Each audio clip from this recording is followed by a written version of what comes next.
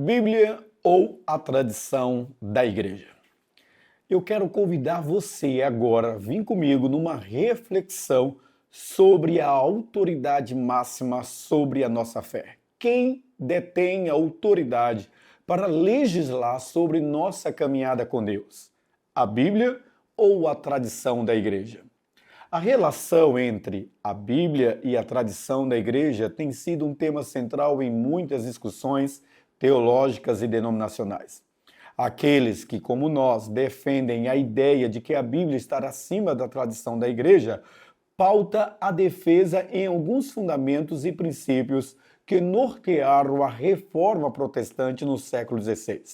Entre eles está o princípio sola scriptura. Esse princípio, que significa somente a Escritura, é um dos pilares da reforma protestante defendido e abraçado por nós. Esse princípio afirma que a Bíblia, como a palavra de Deus, é a única fonte infalível de autoridade em questões de fé e prática. Paulo resiste em sua carta a 2 Timóteo 3, 16 e 17 que toda escritura é inspirada por Deus e útil para o ensino, repreensão e correção. Veja, a palavra de Deus, a Bíblia, é vista como a revelação final e completa de Deus à humanidade. Muitos cristãos, como nós, acreditam que a tradição humana, embora importante em muitos aspectos, pode estar sujeita a erros, até mesmo porque a cultura ela é mutável com o tempo, por vários fatores explicados pela antropologia, sociologia, filosofia, a moral e a ética, enquanto que a Escritura ela é eterna e infalível. O salmista, no Salmo 119, 89, diz: "A tua palavra, Senhor, para sempre está firmada nos céus." Queridos, defendemos cristãos que defendem a Bíblia porque ela é a palavra de Deus. Ela não apenas contém a palavra de Deus, ela é, como disse o apóstolo Paulo, toda a Escritura é inspirada por Deus e útil para o ensino, para a repreensão, para a correção e para a instrução na justiça, a fim de que o homem de Deus seja apto e plenamente preparado para toda boa obra. Está em 2 Timóteo 3, 16 e 17. E é por isso que a Bíblia é, para nós os cristãos, a regra de fé e prática. Nós sim cremos na responsabilidade pessoal, ou seja, cada indivíduo deve ter acesso à palavra de Deus e é capaz de interpretá-la independente da igreja ou de um sacerdote. Isso está ligado ao sacerdócio universal de todos os crentes, conforme descrito em Pedro, que diz: "Vós, porém, são geração eleita, sacerdócio real, nação santa, povo exclusivo de Deus, para anunciar as grandezas daquele que o chamou das trevas para a sua maravilhosa luz." 1 Pedro 2,9. Há exemplos na Bíblia em que práticas da tradição judaica, por exemplo, em Atos 15, mostra que alguns atos foram corrigidos ou redefinidos à luz da nova revelação em Cristo, ou seja, a partir da Bíblia. Isso sugere que a tradição pode ser questionada sim, corrigida à luz das Escrituras. A história da igreja mostra que muitas tradições foram desenvolvidas ao longo do tempo e nem sempre foram consistentes com a mensagem bíblica. Críticas a certas práticas e dogmas da igreja foram frequentemente fundamentadas em interpretações bíblicas.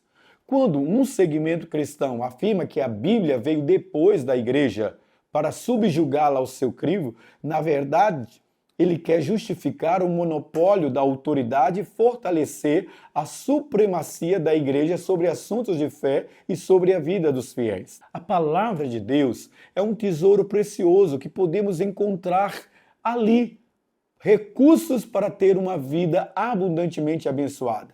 Mas pautamos as nossas experiências à luz do texto e não à luz da tradição. Deus se revela a nós através da sua palavra. Com a ajuda da Bíblia, podemos diferenciar o certo do errado e aprender a viver de maneira que agrada a Deus.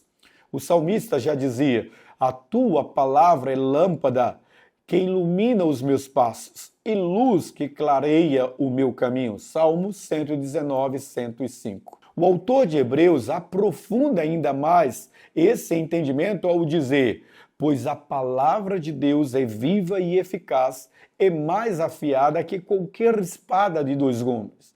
Ela penetra até o ponto de dividir a alma e espírito, juntas e medulas, e julga os pensamentos e as intenções do coração. Hebreus 4:12.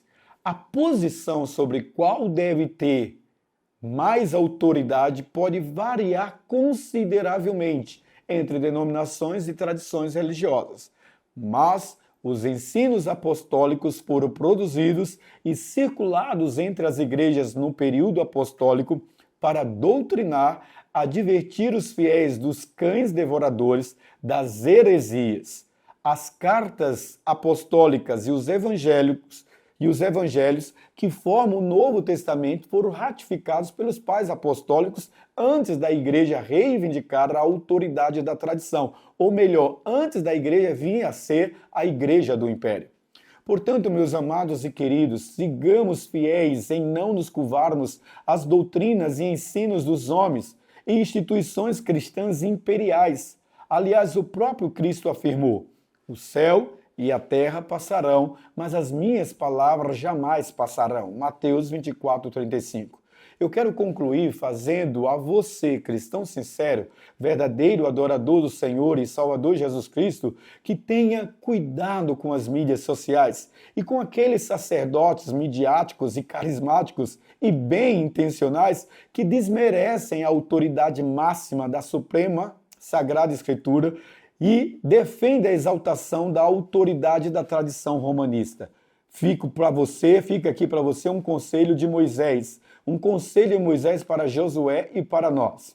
Não deixe de falar as palavras deste livro da lei e de meditar nelas de dia e de noite, para que você cumpra fielmente tudo o que nele está escrito. Só então os seus caminhos prosperarão e você será bem-sucedido. Josué 1:8. Que Deus o abençoe. E sola a Escritura, somente as Escrituras têm autoridade para legislar sobre a sua fé. Nem pastor, nem reverendo, nem bispo, nem apóstolo, nem padre e nem papa, e muito menos a igreja tem autoridade, seja ela evangélica ou católica, porque só a Bíblia tem autoridade sobre a nossa fé. Disse Jesus aos judeus que haviam crido nele: se vocês permanecerem firmes na minha palavra, verdadeiramente serão meus discípulos e conhecerão a verdade, e a verdade vos libertará. João 8:31-32. Um abraço, Deus o abençoe.